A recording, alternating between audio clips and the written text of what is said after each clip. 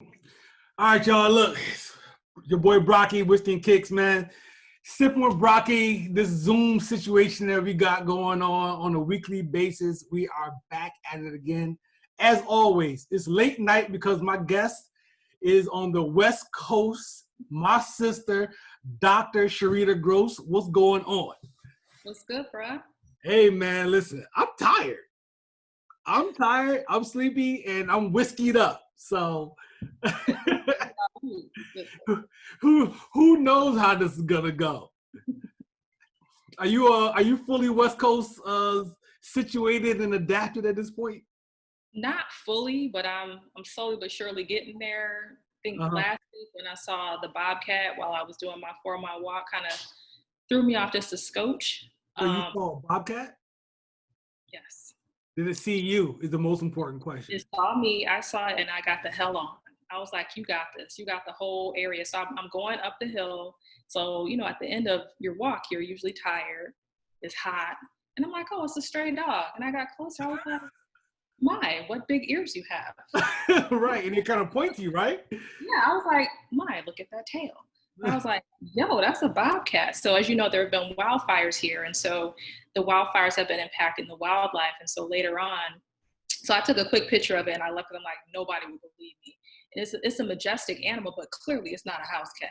So it went up the hill, minding its business. But later on, I saw on the news that in Pacifica, I think it's called California, there was a mountain lion that was stalking kids while they were riding their bikes, and they had caught it on camera. The mountain lion is like, "Y'all looking pretty scrumptious." Like it would have been a perfect Tony Baker voice, and a dad scared the mountain lion off. He went underneath the car. So, I'm definitely adapting. We're only in about, I think, phase 2 of COVID reopening. So. Well, really, so phase two involves like what, patio seating and stuff like that? Patio seating, but you can't really get any personal services unless you want to sit out in 90, 95 degree weather and get your nails done, stuff like that. So, yeah. But the beach is open. Go ahead. The beach is open. So. Right. You just gotta have your own little space and all that kind of stuff. Right. Yeah. Yeah, they had some I just saw on the news here they had some coyote attacks out in I think it was out in Maryland somewhere. I'm like, yo, y'all bugging. I'm trying to move into the city. Crazy. That is nuts. But it's a lot of things are happening in the environment, both, the earth environment as well as our current political environment, social environment. There's just a lot of shift happening. So I mean, I can only see it on the news, online and stuff like that. The whole wildfire thing is like an orange hue to the whole atmosphere. It's light, and that's how it is. It's like crazy. So did they say that it does anything for your breathing or any long-term effects from that kind of stuff? Yeah. So, I have allergies, and so I have allergy-based asthma as well. So there are more days than not that'll say unhealthy air quality for sensitive groups. And I'm like, that would be me. Right. So, and then you add to it with a mask on and you're trying to walk or exercise. Even with the mask, there's still a lot of smog, and there's also raining ash. So, yeah. So our dad would go ballistic if he was here, because he would be like, "What is this? What is this dust on my truck?" So yeah, he would be out there washing his car twice a day. He had that cloth, and he'd be wiping it down every day. So the smog has cleared up significantly. At one point, it was literally blocking out the sun, and so it's no longer doing that. But there is still some particles in the air, and there still is a thin layer of ash on the car when you go outside. No, that's nuts. And it's crazy because I remember when COVID first got crazy and things kind of shut down, everybody was staying at home. They showed pictures of LA and it was like clear out because there were so much less cars, and vehicles on the highway. So the smog decreased and it was clear. And now the damn wildfires got everything looking crazy. Yeah. So what's one of the biggest differences you've experienced so far about being on the West Coast compared to being, back where we're from, Rochester, New York, which is, it is what it is. Boy, I would say the time difference, because after 6 p.m. on, Pacific Standard Time, it's 9 o'clock, on the East Coast. After 6 p.m., it's like if I haven't caught most people by 6:30 p.m., it's a wrap. Like your friends and stuff. That's right. Yeah. Yeah. That's a good. So there's that piece. I think it's also just getting used to the pace of things. Like the traffic here is bananas. It's a lot. It's a lot. It's on par with the DMV. It's on par with y'all. Probably, yeah, either equal or worse. Yeah. So it's something where you can't let yourself get all hyped up and psyched out by the current traffic pattern, because it's only because, as you mentioned, because of COVID. So far fewer people are on the road. But worse, baby. The LAX, get into the airport used to take easily 45 minutes or so. But now it's like 30 minutes at the most. And the airport is eerie. It's very much empty. But I think the time zone difference and getting used to the pace of things, the traffic is a lot different. Yeah. I remember my first time to LA, I actually went and stayed in Beverly Hills for like a week for training for work, which is crazy, right? So and my boy Khalid lived in LA, and I was like, all right, well, I'm gonna stay out here for my training. When training is done, I'm gonna come rock with you for a couple of days before I go back. He's like, bet. So he came, picked me up. So we on the highway. So the first thing I want to do is go to Roscoe's Chicken and Waffles, right? I was like, take me straight to Roscoe's. He's like, bet, we gonna go to Roscoe's. So I'm starving. We in the whip, and we stuck in traffic. And I'm like, yo, this is insane that we're not moving. So I was so hungry, Sharitta. I looked up the hill, and I saw a McDonald's. And I was like, yo, son, I said, I'm going to get out real quick. I'm going to just run out to McDonald's and grab something and come back. I said, you're not going to be anywhere. You're going to be right here. He was like, nah, man, just hold up. So, listen, that traffic in LA, it's insane. I held off when we got that Roscoe's, but it wasn't easy, yo. Yeah, it's pretty much torturous. Like, it's not like Rochester where you're like, oh, I'm going to the mall, and you get there in like 10, 15 minutes. Right. I think the other thing I miss about Rochester, if I'm honest, and it's not even something that's so much tangible as traffic or time difference, is the network and the people they're in. So I love the Rock. That's our hometown. It's very much a town that's a city. And out here is so expansive, and there's just so many different districts and areas, and what you think is really right. You think that certain things are close, but they're not. Right. So, you think, oh, well, San Francisco or, San Bernardino and so on and so forth, it must be really close. It's very spread out. Yeah, for sure. So, I mean, I'm proud of you for making a move, because, you've been wanting to leave Rochester for a long time, and, you've been doing your due diligence, and, things like this just take time. You know what I'm saying? We've talked about that and whatnot. So I'm happy for you that you made the move, because, I used to always tell you, you need more space. Rochester it's too tight. It's too small. You know what I'm saying? For you. Like, you need that kind of space.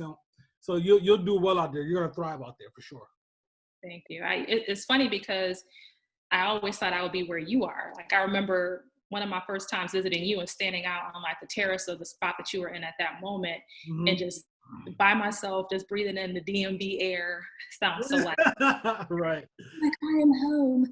But it just legit felt like a good place and space, and plus you're there and my nephews are there, and it wasn't too far from Rochester. I could jump in my car and drive home if I wanted to see daddy or whatever.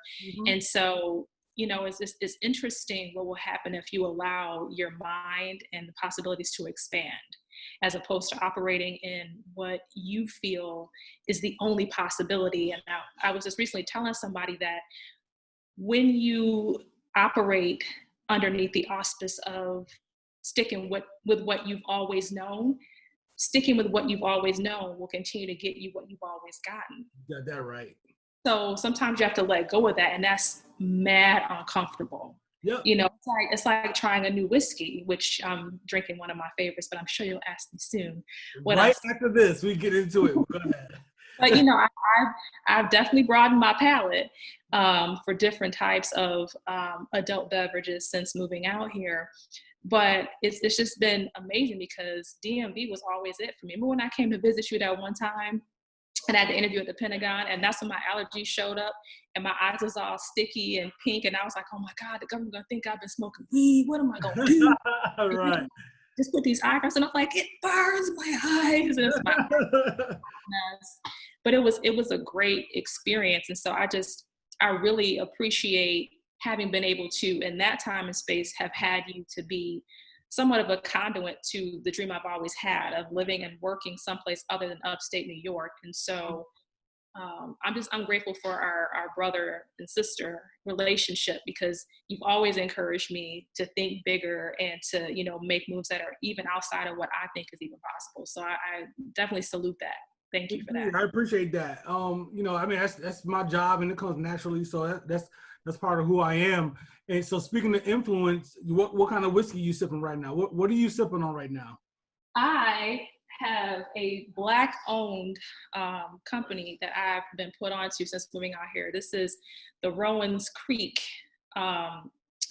Kentucky bourbon whiskey, and it is absolutely phenomenal. It's got a beautiful vanilla finish, and so it's something that you could have on the rocks, or the way that I like to do it is I put it with some regular lemonade. So lemonade, yeah. huh?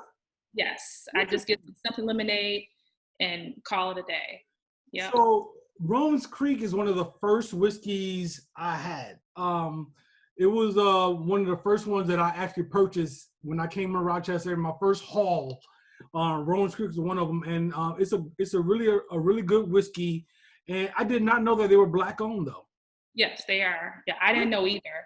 But it's definitely very tasty, and it's not too strong. Doesn't have too much of a bite to it. But the lemonade, I think, just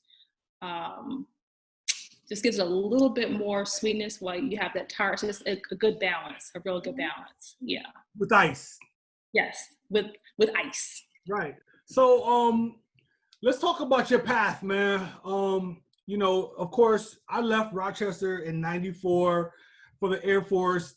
You stayed behind and you went to school, you went to college. And one of the reasons, besides the fact that you're my sister and the love that we have with each other, is that I wanted to bring you on here to talk about education, you know what I'm saying? And higher education, specifically in the Black community and the importance of it. So just talk a little bit about your path through college to where you are now, as far as like receiving your doctorates and stuff like that. So for me, the journey was very interesting because, as you know, I started off at arts high school. So I went to School of the Arts in Rochester. I started off as a voice major, big up the School of the Arts and Silverhawks for life. But I started at School of the Arts, and then I moved on to SUNY Albany because I always wanted to be an English teacher or professor as long as I could remember. Mm-hmm. I just knew I wanted to teach. I was like, this is definitely the thing that I want to do. So it's definitely something that I ended up going into early on in my career. One of my things that I ended up doing was going to Monroe Community College and becoming a professor there, teaching developmental writing. But even though I'm not married to education, I have a real passion for it. And part of it is because, as we all know, there's not enough equity there. And there's not a lot of representation there. So for example, when I was at MCC, again, Monroe Community College, the beautiful part about that was having students from various levels, traditional adult learners, people that might be working full time and going to school in traditional, and then non-traditional, people that were in transition for different reasons, whether it was incarceration or leaving a situation that just was not conducive to their life, not like a healthy lifestyle that they wanted to accomplish. So they had to leave a situation and go to transition housing. I had all kinds of people who were all deserving of an education. And so I got to see all these different backgrounds. And I had a student come up to me one time and she was like, "You're the first Black professor that I've ever seen during my college career." And at that time, I had the opportunity and was blessed to have been a Democrat and Chronicle for something. I think it might have been the YWCA Empowering Women Luncheon. And I was on the board and chairing that luncheon that particular year. And it was just so touching to see that sometimes by living out our purpose, how much influence and positive impact we can have on other people. Mm-hmm. But I also realized that in education, you don't often get a seat at the table if you don't have that paper. You could be an absolute rock star, but if you don't have doctor in front of your name or whatever other initials that they feel you should have, you're not able to be as impactful as you could be systematically. Right. So after I got my bachelor's degree, I went on to get my master's at SUNY Brockport, and I initially was going to do education administration. The program shifted and they shut it down temporarily, and it was recommended that I go to Buffalo. Anybody who knows about Buffalo is like, yo, I'm not driving there in the wintertime. What else is there? Right. You know. Right. So I would have learned about whiskey much earlier if I had done it. Right. So I went to SUNY Brockport, and I got my master's in liberal arts with a concentration in public administration. And left there. And once I started working at RIT, one of the benefits you received as soon as you sat in the seat there as an employee is education. That's so Rochester Institute of Technology, right? Yes. Yep. And so I ended up getting my advanced certificate in project management because, you know, that's part of something that I love. I didn't go as far as getting the black belt, Lean Six Sigma black belt, things of that nature, but I like the framework, if you will, of project management. Mm-hmm. So I did that. And then I knew that that was just something I did to just add to my cachet or to my profile, if you will. But I knew that I had to get a terminal degree if I wanted to make certain moves. And so I was looking for a program that would allow me to work full time and also go to school. So I ended up finding the St. John Fisher Doctorate of Education program. The EDD program meets every other Friday and Saturday. So Fridays from 5:30 to 9:30 p.m. And then that Saturday all day from 9 I was in class. Same thing with my master's program, actually, because I was an education opportunity student, and with EOP, they would cover your tuition, but you had to be enrolled full time. So I was doing my master's program full time or working full time in a telecommunications company. So I have a question. So these programs that you're finding, did you find that they were kind of just presented to you, or did you have to kind of dig to find these programs and say, okay, I'm going to do this to get towards my goal? I think it was a combination of things. So, I mean, I believe that life is not a one woman or one man show. And so when I became interested in doing different things educationally or even professionally, I sought out people who were already making the moves that I felt I wanted to make. Smart. So when I was looking at my master's program, and then they as in SUNY Brockport had temporarily suspended that particular program, I started talking to people that I knew that were at SUNY Brockport, and I was like, well, what are my options? You know, what else can I do?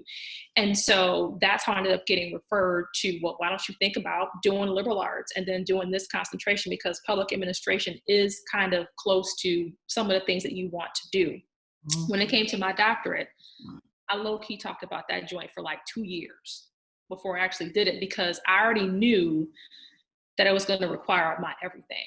Yeah, the level of dedication, time, commitment, so on and so forth. Yeah, so I was really scared, honestly, to go into that. And also the fact that realistically, there's no guarantee that you are going to get an ROI, return on investment on it. But if you want to, you got to work at it. It's not one of those things where you plug and play like, oh, you get a terminal degree and the jobs are going to come running at you, especially now with COVID. Right. Yeah.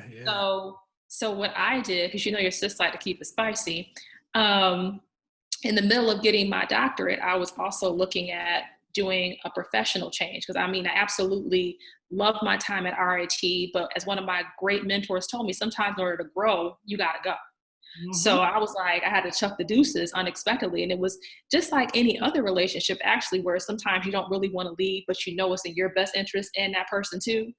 So, so that's exactly what I had to do. And that's when I started my last job before I left Rochester, where I was a vice chair of the Leadership Institute for young women. Oh, okay.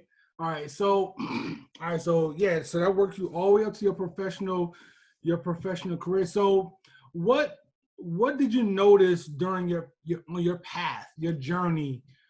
Did you notice any type of significant difference in regards to how others might have accomplished similar paths, and people of other races compared to you being a Black woman trying to races and gender compared to you being a Black woman trying to achieve the thing that you tried to achieve. Were there any roadblocks or barriers that you faced that you found others maybe didn't? Ooh, this is being taped. Um, so to be clear, every institution that I went to and through was a predominantly white institution, also categorized as a PWI. And so what that presents is the difficulty of not having a lot of people to form a peer group with you more often than not. And the higher up you go in education, the less of you might see. So I got into my doctoral program. If there were 15 people in the room, you see I'm just closing my eyes to visualize how many people, it wasn't that many persons of color that were in my original cohort, because I actually started in 2014 and I was in cohort number 9. I graduated out of cohort, I think it was 11. So there was a lesson in there about, delayed but not denied type of thing, right? But what I noticed is that there just was not a lot of representation. And so I had to really lean into and onto my personal circle for motivation, because I definitely wanted to quit, because one of the first things that sunk in for me was imposter syndrome, like feeling as though I did not belong there because I didn't really see myself. And then the massive thing was not catching on quick enough. So then I felt inadequate. So I had to go back and talk to people who had been through it. And I'm like, I'm not catching on to these concepts as quickly as I thought I would be. Like, do I need hooked on phonics? Like, why am I not catching on to this qualitative and quantitative analysis? Like everybody else, look at this person is moving art. They've already defended their dissertation and I'm still writing. I'm on chapter 2 and it keeps getting kicked back to me. So I think that part of the issue is that when you don't have a lot of people that you see representing yourself in that space, it can sometimes lead to a questioning of whether or not you're capable, or if you're going to be able to pull out what you started. Like, it's like, am I going to really be able to finish this goal? Am I going to be able to set out and do what I accomplished? I noticed that other people have more resources than I did and than others did. So, but I think it's just, again, a matter of, as we have done as Black people for decades, for eons, is doing more with less and really identifying your resources and making it happen. Yep, for sure. So once you got that,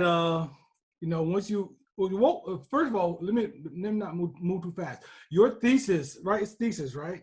My dissertation. What was it on? So it was the lived experiences of academically successful undergraduate Black males in STEM disciplines within a predominantly white institution. Woo! So it was a phenomenological study. So I studied the lived experiences of Black males in a predominantly white institution that were in STEM majors. And so it was random selection. So those who volunteered were the ones that I interviewed. And I really wanted to do asset-based research as opposed to talking about why Black males don't go to college or why they don't finish. I wanted to look at it from the lens of how they not only obtain but retain a 3.0 GPA or better in an environment where they're expected to fail, where they don't see themselves in the faculty, where they don't see themselves largely in their peer groups, etc. So looking at it from a standard of, they actually are setting the bar and they're killing it out here. And some of the things that they're actually doing and identifying as resources are some things that really institutions need to consider implementing to make sure that they're not just giving access, but support. You can give somebody access. Like, I could give you a key, right, to my apartment, but if that key doesn't actually fit the lock, you don't really have access. So likewise, if you tell a student, well, okay, we're going to pay your tuition and we'll pay for your books, but you don't give them that help as it relates to social integration. Right. You don't really assist them in other areas that they might need to really maintain that authentic sense of self while dealing with this environment that's unfamiliar, and they don't have anybody back home for whatever reason that they can really relate to and vibe with on it, it presents some difficulty. Right. So that was part of what I wanted to do, was to really call to task higher education, particularly predominantly white institutions, and say, these are some of the things you need to consider when you're looking at not just recruiting and obtaining, but retaining these young Black men. And part of it was because of Tosh and Andrew. I mean, my nephews are absolutely phenomenal, handsome and intelligent, creative young men. And I really desire for there to be an education system that looks at them and sees what I see, nothing less. Right. See what I see and provide them with what they need without hesitation. You know, one thing I want to say, and we're going to move to another topic that's kind of associated with that I want your opinion on. But one thing I have to say is that you're definitely a rose out of the concrete, right? You know, you've heard that term before, right? So you get this, you know, you get this hard concrete and this beautiful rose. All of a sudden, it just pops up there, and that's what you are. Because, you know, not to get deep into it, whatnot, but you know, you've had some struggle. We all have some kind of struggle coming up through life, or whatever. And you persevered and pushed through, and I think that narrative. That story is something, you know, a lot of people can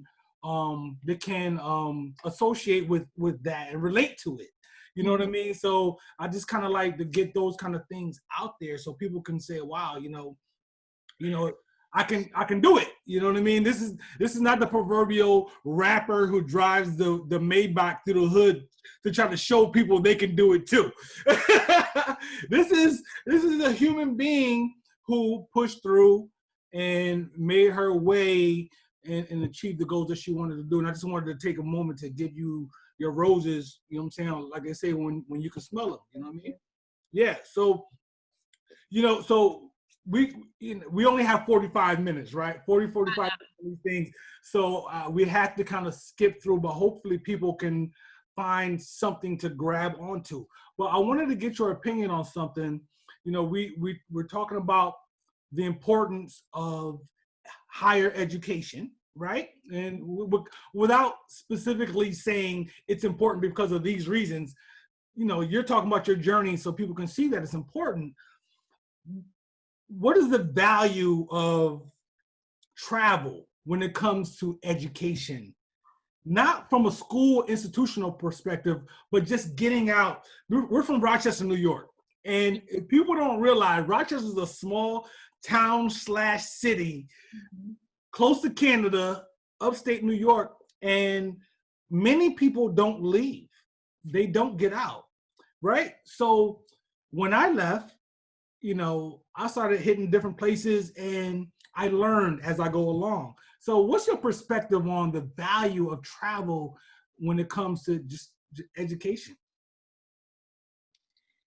I think it definitely broadens your perspective. So for example, when I came to visit you in the DMV area, that opened up my eyes to so many other things culturally. Yeah. Because, you know, Rochester is, you know, one of those places where the cultural landscape is interesting, shall we say, right? But you go to DC, Maryland, Virginia, you got historical places like Ben's Chili Bowl, and you've got all these different places that you can go and that are dedicated to the culture. Yes. And so, you know, like you have the Smithsonian that's dedicated specifically to our culture, and that's very different than the Strong Museum of Play, right?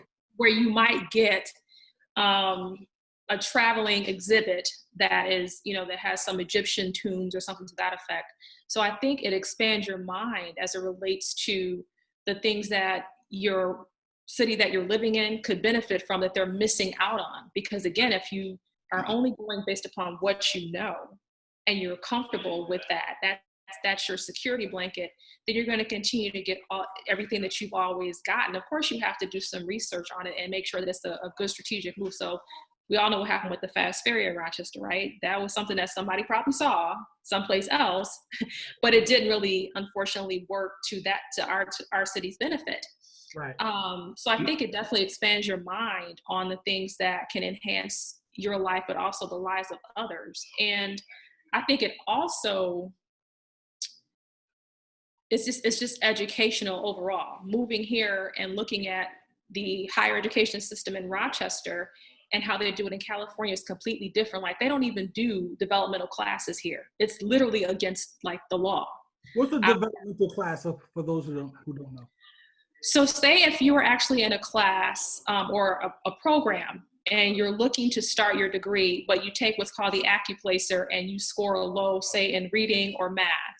So before you can actually go into English 101, you have to take developmental writing, Okay. whatever the course might be numbered. And depending on where you scored, it might be like the courses I used to teach. I taught basic sentence structure, paragraph writing, essay writing. Essay writing was a class that was right before English 101. Mm-hmm. So those classes also cost money. So a lot of people call it a racket because they're like, oh, if somebody's taking classes where they're not actually going to be getting any type of that is non-credit bearing, but you have to pay full course, whatever it is per credit hour. Right. Classes. So I think it definitely expands your mind significantly. But I want to touch upon something, if I could, really quickly. Excuse me, when it comes to education and how it actually helps to expand, I think, horizons for people mentally and just in general. And so I think that sometimes people suffer because of a lack of knowledge. Like I remember when I worked at Rochester Works and people would come in and talk about how they paid somebody to do their resume and that person still had their information. And every time they got a job, they have to go back to the individual. I'm like, well, do you have it on a thumb drive? And they're like, well, yeah, I have the last version before that version. And it's just so important to be able to take more charge of your predestined level of greatness. And you can only do that when you're actually educated in the ways that are needed for you to move forward. Mm-hmm. So there's that piece, but then there's also the breaking of the cycle. So we talk about how we don't see a lot of representation in the classrooms, whether it's K through 12 or college level, but how do you get there without an education? Mm-hmm. You can't change the system from inside out if you're not willing to get in it. It's not easy. It's not pretty. It's not comfortable. It's actually kind of stank. It's like, what? Who done left this garbage out here? What is that? Right. but it's like, unless you want to see history continue to repeat itself, somebody has to teach the kids. Right. Somebody has to be willing to mentor the kids. And so sometimes you're calling to break the system and to reformat it is not necessarily getting in the classroom. It could be mentoring, you know, like what you or doing something like what you were doing with the crew scholarship. So finding out where the gap is and how that aligns with your skill set and who you are and the education that you have or the education that you need and how you can get it paid for. Can you get a job in the government that will allow you to have your education paid for, or with an organization that will pay for your education? But the only way that things systematically can be really changed, from my perspective, from where I sit and what I've seen, going to 4 different learning institutions to obtain my degrees, and one is a certification, is by way of us becoming a part of that system somehow. Yeah, you know, we share that perspective, right? Mm-hmm. So, and I've said this numerous times. I mean, that's a great point that you make, and I think one of the things culturally for Black folks is that we see the systems that we're exposed to, whether it's law enforcement, whether it's the education system, whatever it is, and we see the corruption, and we kind of say, stay away from that. But the reality is that get in there, get in there, and get in there and make a difference. You know what I mean? And that is easier said than done, because getting in there and making a difference a lot of times takes a lot of sacrifice, and people have bills to pay, people have life to live, and it's like, well, I get in here, and if I speak up against what I see is wrong, then I am possibly losing everything that I've worked for. So it's not something that's easy, but I agree with you. It has to be changed from within. that's one of the ways. I mean, we're not going to get into my radical way of thinking because I'm all about destroy and rebuild. But, we'll save that for another episode. But I mean, but it's important though to do those things because, the other thing is, I was just talking to someone recently about racial battle fatigue. And some people think that the best way to fight is I got to go out there and be a part of the protests. That might not be your best way. Your best way might be to actually find out what the kids on your block are doing if they can't actually go back to school in the hybrid model. And so they're sitting at home and they're the child of a single parent or guardian, or their grandmother or grandfather is raising them. So it might be right on your block. Yeah. That might be the way that you can make the change that needs to happen. It might not be going to these, to the protest. And, unfortunately, as we've seen in Rochester with people getting hit with rubber bullets and tear gas and things of that nature. And it's also, there's still a pandemic out there. Mm-hmm. So I think it's important for people to really take a step back into self-care and to really see where their giftings and their skill set are best used to fight. There's more than one way to fight. That is 1,000. I in such agreement with you. Like, my boy Joe. Joe is my guy. It's my brother. You know what I'm saying? Joe is a, NAACP guy. He's gonna go talk to the governor, the mayor. He's gonna go speak to people. He's gonna go to voting drive. That's not my bag. You know what I mean? That's not my thing. But I find other ways to contribute to the community and contribute to the culture, and and this, like, it's my platform. Yeah, I have a little bit of a following, whatever. So let me get some doctors, say in here to talk that talk and give people that inspiration and the knowledge that they need, and maybe they'll get inspired and find a way to contribute themselves, or to better themselves, or to help their children get to another level to be better than them. Right.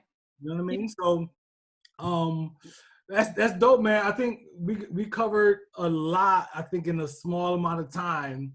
The time goes by so fast, and I like to kind of wrap these things up before the little warning comes up and tells me to wrap it up. Right. You know what I mean? But is there anything you want to leave the people with? Well, first and foremost, my t-shirt, which says Black, Educated, and Natural, is from Positive Prints, which is a Rochester-based company. So shout out to them. I think that the two things I want to leave with people is, first and foremost, whatever God it is that you serve that is of your understanding, is to trust in that God's timing. Mm-hmm. Whether it's God, Jesus, Allah, Buddha, Jehovah, whatever it is that you serve or whom you serve. Because doing things in our time doesn't always work out. And you can get easily discouraged when you think, well, it's my time to move. This is my time. I see this person over here got this. And it's like, it's not a marathon. It's not a sprint, rather, excuse me. It's a marathon. So you got to pace yourself. And the moment you start looking to the left and the right to see what other people are doing, that's when you trip over your own feet. Is that right?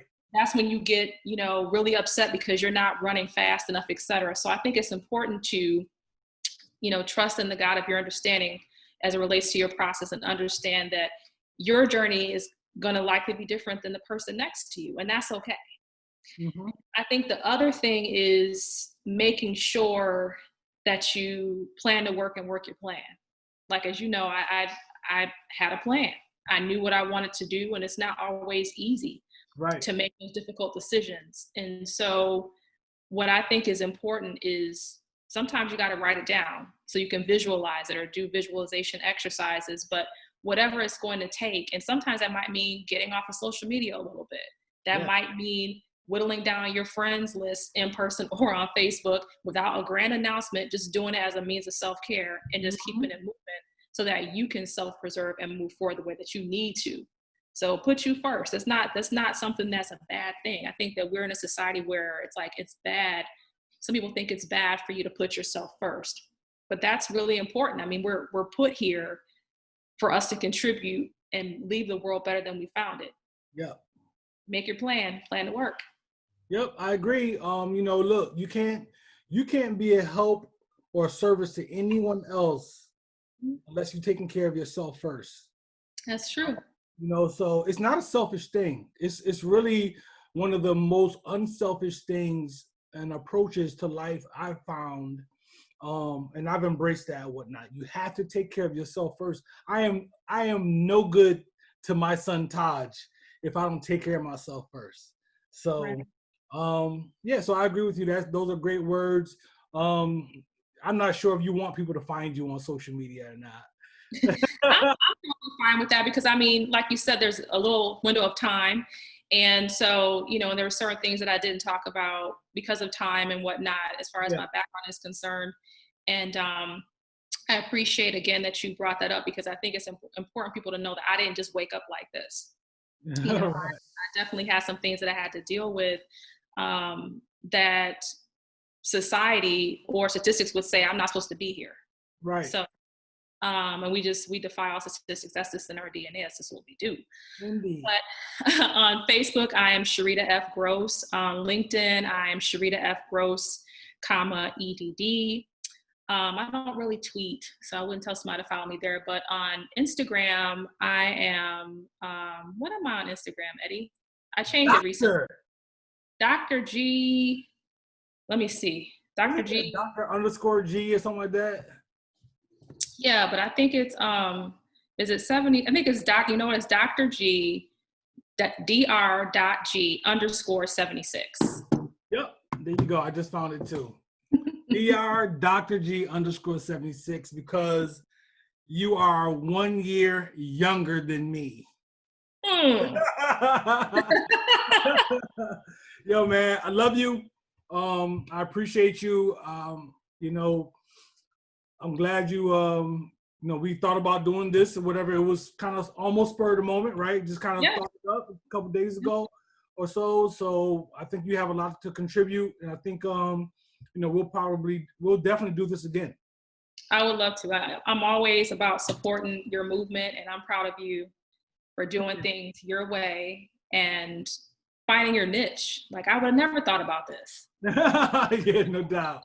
So salute to you, bro. Here are your flowers as well. Appreciate it, yo. And until next time, enjoy your whiskey and lemonade. I'm done here.